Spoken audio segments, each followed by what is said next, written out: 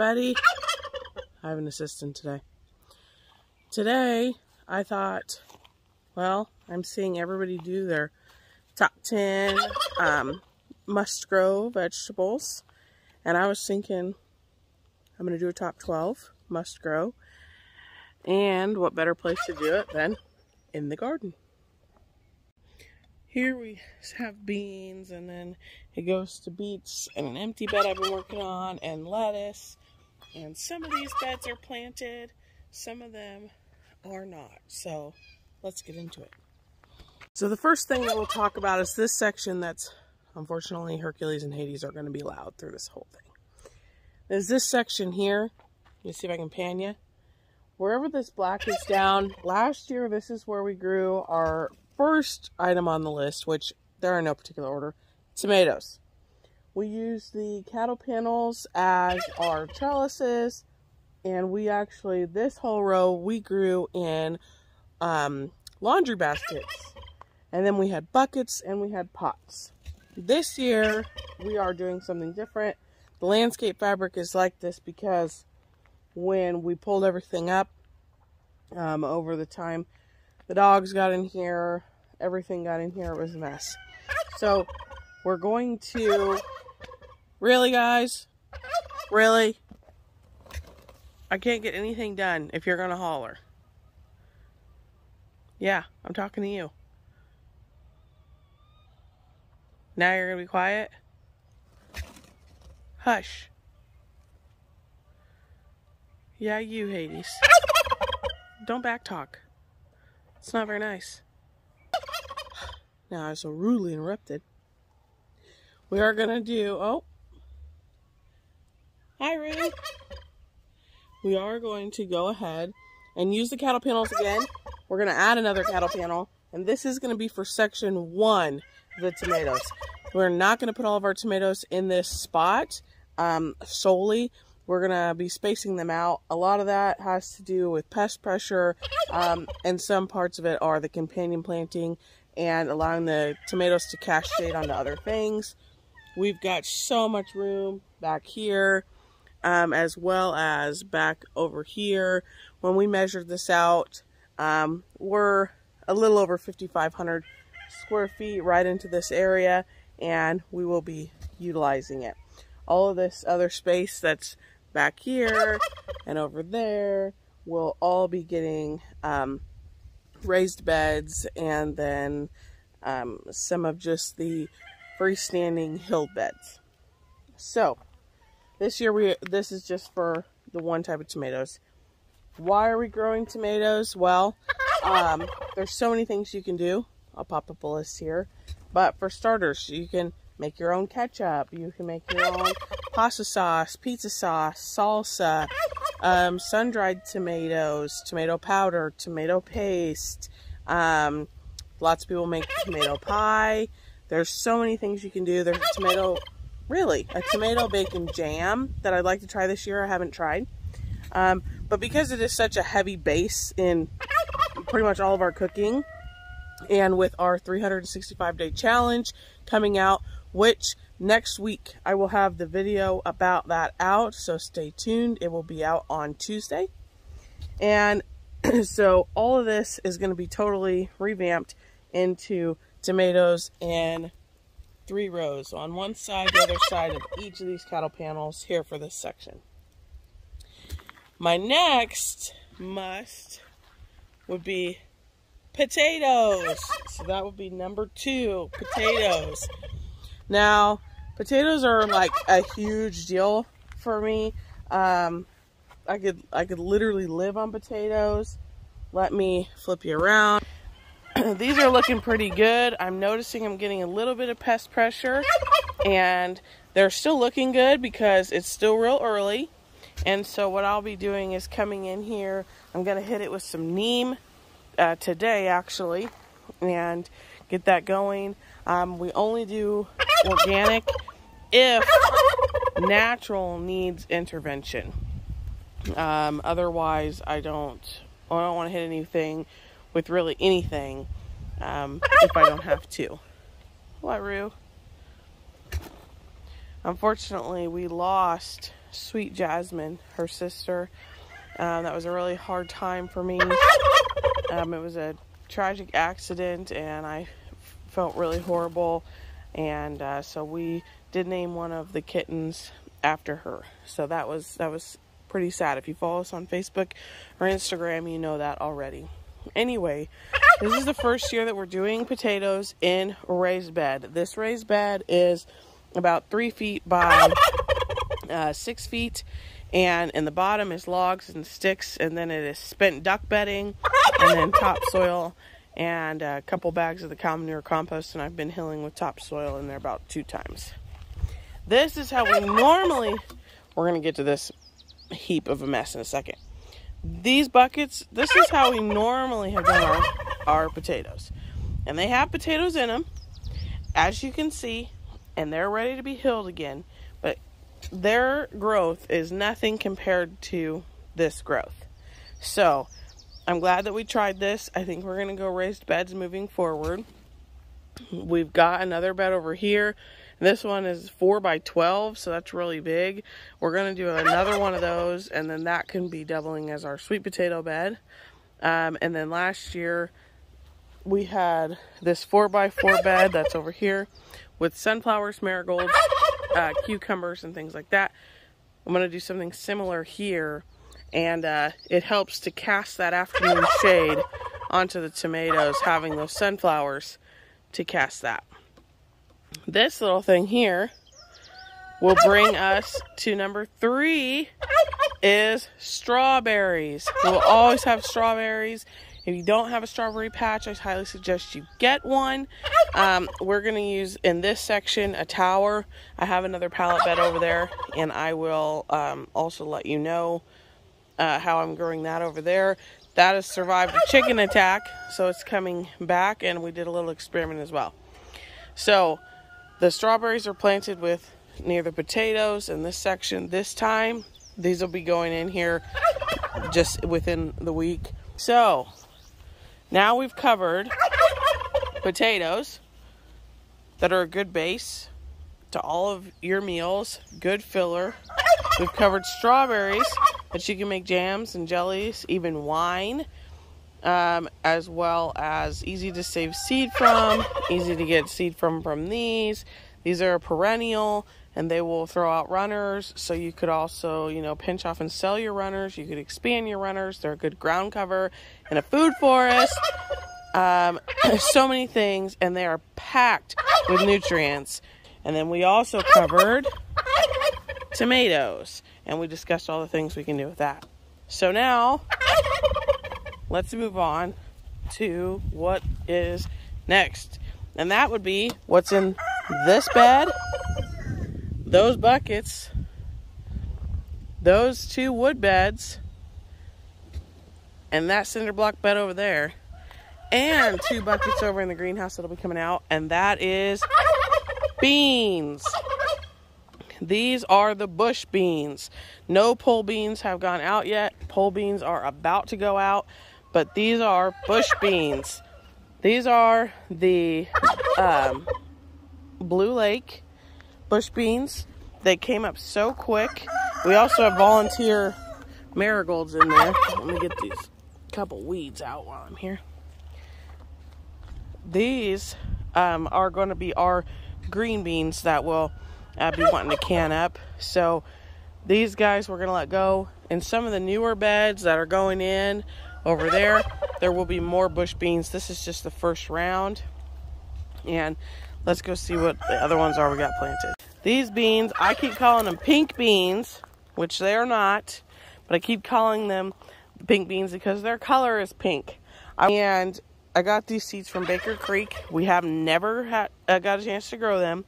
And they are doing amazing. We have only one right here in the front. Did not germinate and come up. All of the others did. Figured I'd pop over here really, really quickly. This is the bed that we had strawberries on for last year. I saved some seeds from store-bought strawberries, and I did pop them in here. We'll see what happens. I got to come through, get a couple of the weeds, but the dogs and the chickens came in here crazy. But we do have strawberries coming on.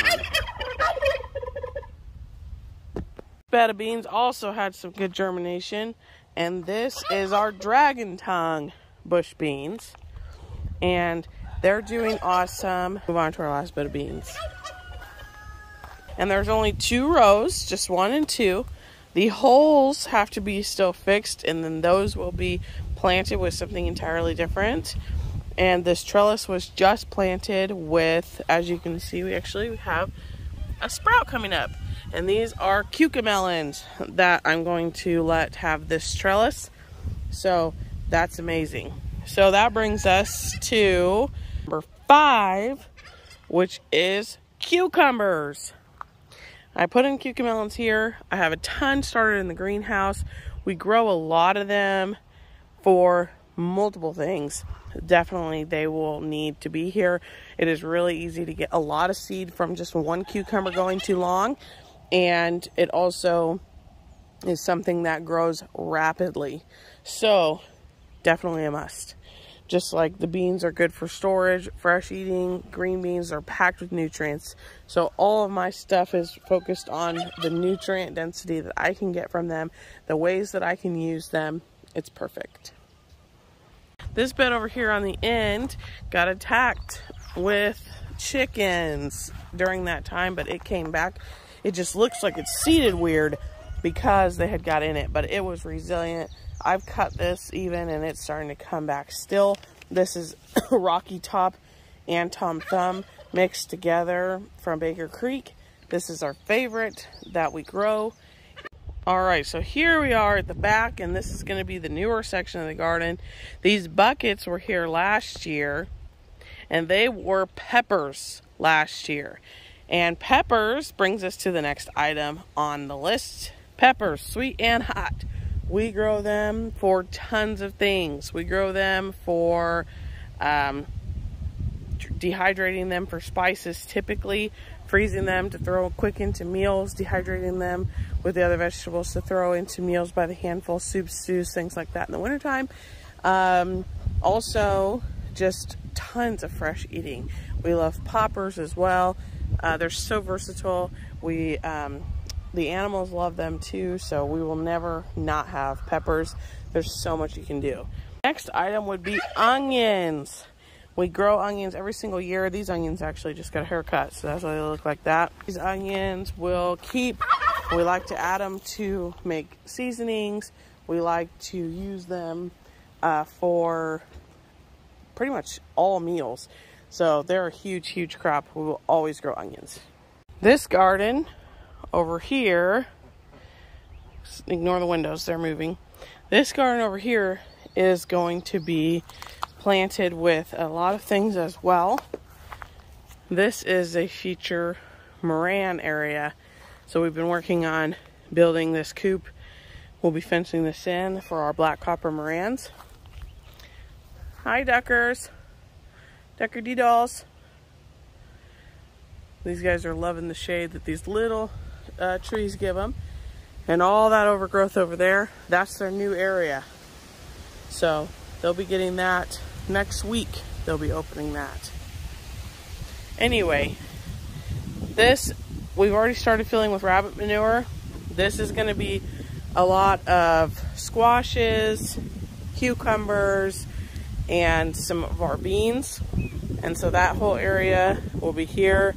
This is on the south side, and we do have a few varieties that really do well with that south sun, and so we'll be putting them here. So that being said, that brings us to squash. And winter squash and summer squash, both of them, they are vital. We put them in tons of stuff. Winter squash is huge for the animals in the winter time. You can use pumpkin as a natural deworming preventative for your livestock. It's something to help reduce the cost of your feed bill. It goes for a long time. Oh, okay, y'all. I was filming this. Mouse ran by me. I had to stop you because I freaked out. Don't worry. Rue was on top of it. Saved my life. Okay, so I'm going to, back up here. Behind me, that you cannot see, would be the house. Where I am standing would be our bathhouse. So on the back side of this, it opens up. Adam from Unported Homestead did such a wonderful job doing this. I'm actually going to insert footage of him or me talking about that here. We had all this pile of trees, and Adam from Unported came out with the help of a good friend that he has, Rory, who we've also met. Very, very nice family. Came out with the tractor and was able to get this cleared, this stuff cleared, the tree out of the Rabbitry, which was super nice. This stuff down, I just have to deal with the little saplings. He was here for hours and it was so hot, so I appreciate it. Got this all clear. This is actually where our bathhouse goes, and as you can see, now that the trees have filled in, the Rabbitry's good and shaded. The pigs are really shaded back there. He was able to get these moved back from up here so that we can have some space walkway. And then over here with the turkey area where that tree was down, he got all that cleared so we can walk through to our compost pile and everything now. Okay, so now you kind of understand how we're going to be laying this down. There's going to be walkways and paths, but we are going to plant, like I said, over here. Earlier in the video, I said I was going to be moving the lettuces and things. Yes, they will be moving over here to this shade garden area, which does get primary shade most of the day. That is why the Rabbitry is also placed where it is and why it has a certain amount of trees, because it does get some sun, but for the most part, the sun is controlled. Since the rabbits are here, they can eat a lot of those greens, a lot of those, you know, radish tops and beet tops and things like that, carrot tops. All of those are so great, and those things love the cool. So that is what a huge part of this garden is going to be. Another thing that is on our list that will be being grown over here is herbs. Herbs are another thing that are absolutely pivotal for us medicinally as well as culinary, for us and for the animals. So we will be growing a ton of herbs all down the side of this for ones that tolerate the shade, all in this front garden area for the things that need the sun. So we'll recap this video here in front of this tree. We'll call it Jasmine's tree, and we are going to be planting some jasmine out here. And those who have followed us for a while, you've seen her in the videos, our little gray kitten. Well, she was a cat because she did have her birthday, but kitten nonetheless to us. So she will be really missed, and I thought it would be nice if she was still in. Here's number 12. Grains. Grains, grains, grains. Now, you can cook from scratch, you can do these things, but you need flour. Sometimes that's not been available in the store. If you can, we had purchased some seed for some grain. Some, what did we do? Flax seed, quinoa, wheat. We also, for the animals and things, we had got some millet and black oil sunflower seeds. And all these things will help us feed livestock. Will also help feed us. Hopefully we can get the pigs through, get some silvopasture going, get some open areas so we can grow more of these grasses, these grains for us as well as the livestock to go towards our self-sustainability goals overall. I also want to note you can make flour with squash, and in the summer when we have our zucchini and yellow squash ready, I will be doing a video on how to make squash flour, and then we will do the series so that you can see how to store it, how to use it, actually baking with it. And so hopefully we can do all that together. So I will be doing those videos when the squash start coming in. I am zone 6B, right on the line of 7A here. So if you are as well, you'll be able to kind of dive into that with me at the exact same time. I'm also going to do an experiment this year. We have a lot of these white oak trees and they drop the acorns, and we are going to make acorn flour and also do a little series of baking and things like that with it. That will be fun, so stay tuned for that. So I would think those are my top 12 must grows. I know you're probably thinking, why sunflowers? You can have the seeds of a sunflower for yourself, you can roast, or for also your livestock and help reduce that feed. They're beautiful. They bring in pollinators. They help cast shade. I've used them. I love them for a few years. And I have a lot of varieties of different ones, but also they pair really well with roses if you want to sell cut flowers, or they have some dwarf varieties for those types of arrangements as well. Do not miss that opportunity there. They're just simply beautiful. So I know that normally wouldn't have been on there. Now I want to know, what is your favorite thing to grow? Did you think of everything on this list already?